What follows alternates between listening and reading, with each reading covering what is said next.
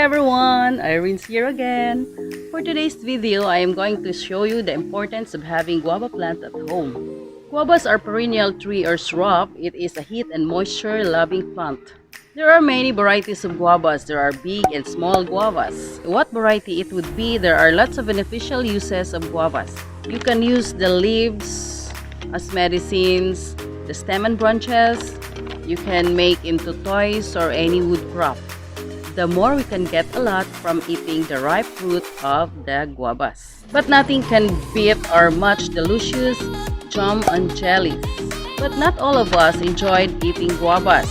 But in our family, we all love eating guavas. That is why we choose to plant this at home. Since guavas are perennial plants, it will bear fruit all year round. So every time we crave for guavas, we just go out and look for ripe guavas on its tree. We have planted 2 guava trees, one at the backyard and the other one here in front. Another thing we love this plant is that it can give a little shade to where it is planted. So what are you waiting now? You can plant this at your own home. I will suggest you to buy the big ones so it won't take long for you to wait.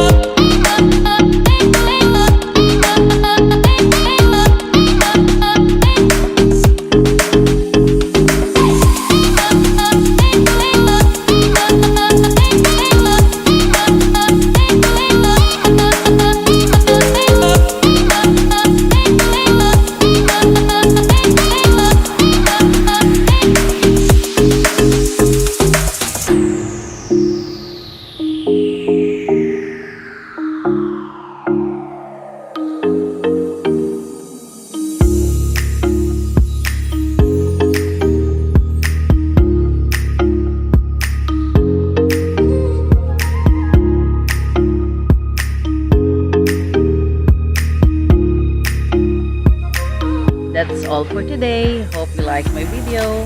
Please don't forget to like, share, and subscribe. Thank you for watching. Bye!